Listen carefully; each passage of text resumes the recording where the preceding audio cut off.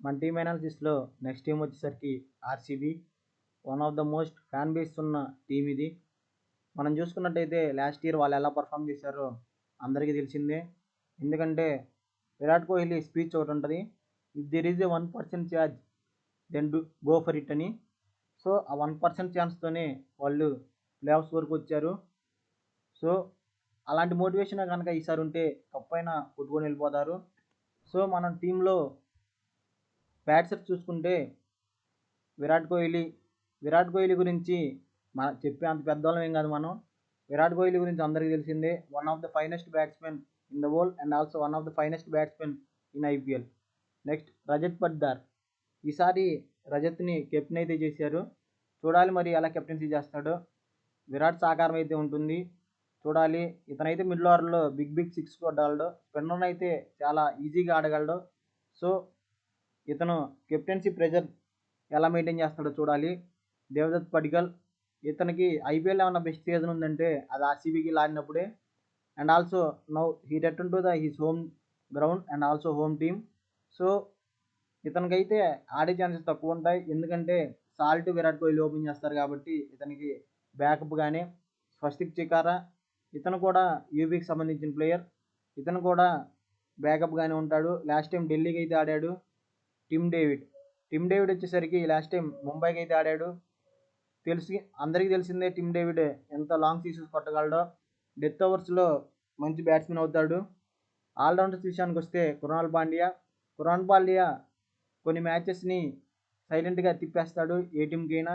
Because అతను వేసే 4 overs మంచి టైంలో పడితే కనుక మ్యాచెస్ అనేవి స్లో డౌన్ అయిపోతాయి. సో కృణాల్ పాండ్యా మంచి బౌలర్ అని నేను అనుకుంటున్నాను.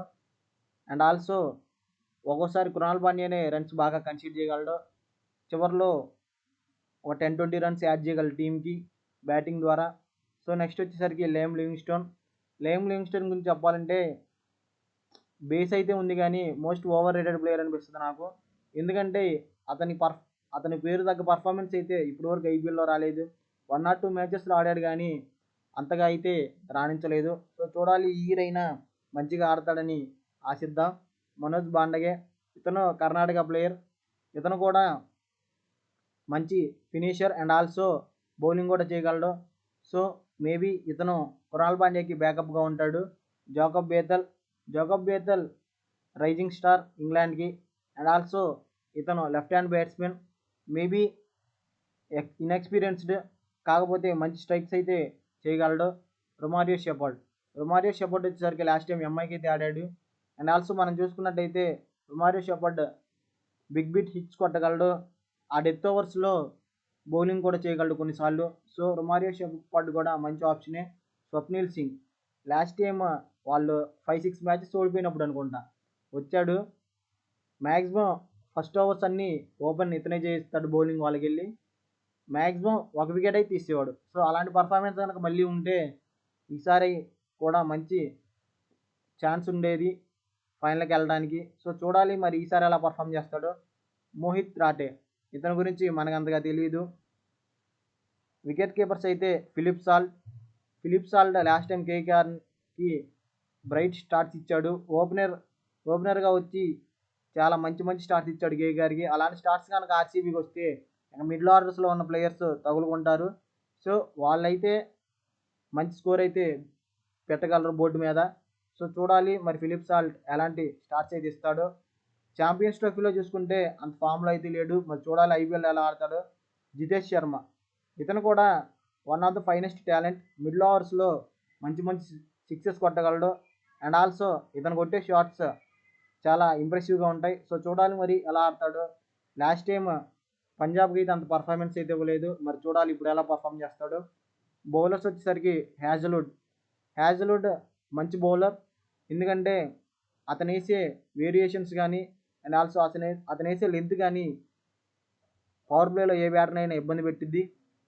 భువనేశ్వర్ కుమార్ మనకు తెలిసిందే, one of the IPL legend. And also ఎస్ఆర్హెచ్కి ప్రాణం పెట్టేశాడు చాలా మ్యాచ్లు. సో చూడాలి ఎస్ఆర్హెచ్కి ఇచ్చిన పర్ఫార్మెన్స్ కనుక ఆర్సీబీకి ఇస్తే ఆర్సీబీకి పవర్ ప్లేలోనే ఆపోజిట్ టీమ్కి 4 or 3 వికెట్స్ వస్తాయి.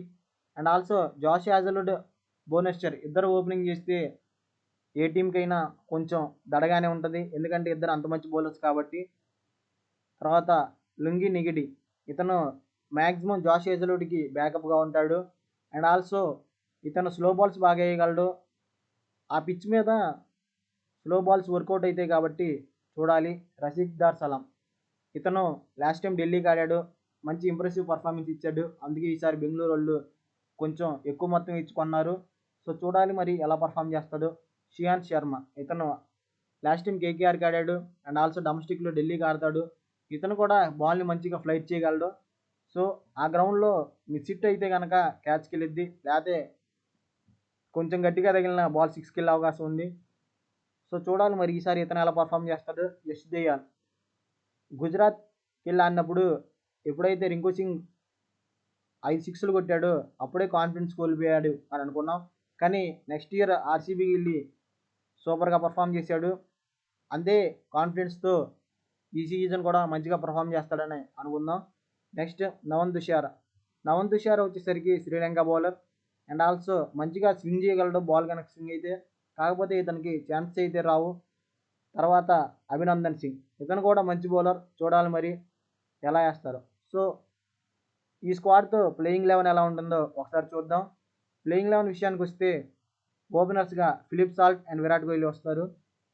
నాకు తెలిసి one of the finest opening అయింది, ఎందుకంటే విరాట్ కొంచెం యాంకర్ రోల్ ప్లే చేసిన ఫిలిప్ సాల్ట్ అగ్రెసివ్గా ఆడతాడు కాబట్టి మేబీ ఈ పెయిర్ అనేది సెట్ అయ్యే అవకాశాలు అయితే ఎక్కువ ఉన్నాయి.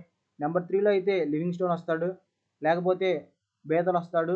ఎందుకంటే పటిదార్ నెంబర్ 4లో సెట్ అయ్యాడు కాబట్టి పటిదార్ని నెంబర్ 4లో ఉంచి నెంబర్ 3లో లివింగ్స్టోన్ కానీ జాకబ్ బేతల్ కానీ పంపించే అవకాశం ఉంది. జాకబ్ బేతల్ అయితే left hander and also Livingstone అయితే రైట్ హ్యాండర్. వాళ్ళు లెఫ్ట్ హ్యాండర్ కావాలనుకుంటే జాకబ్ బేతల్ని, రైట్ హ్యాండర్ కావాలనుకుంటే లివింగ్స్టోన్ వాడతారని నేను అనుకుంటున్నాను. కాకపోతే బిగ్ హిట్స్ అయితే లివింగ్స్టోన్ బాగా కొట్టగలడు అండ్ ఆల్సో జాకబ్ బేతల్ అయితే మంచి ఆఫ్ స్పిన్నర్. చూడాలి మరి ఇద్దరిలో ఎవరిని తీసుకుంటారు.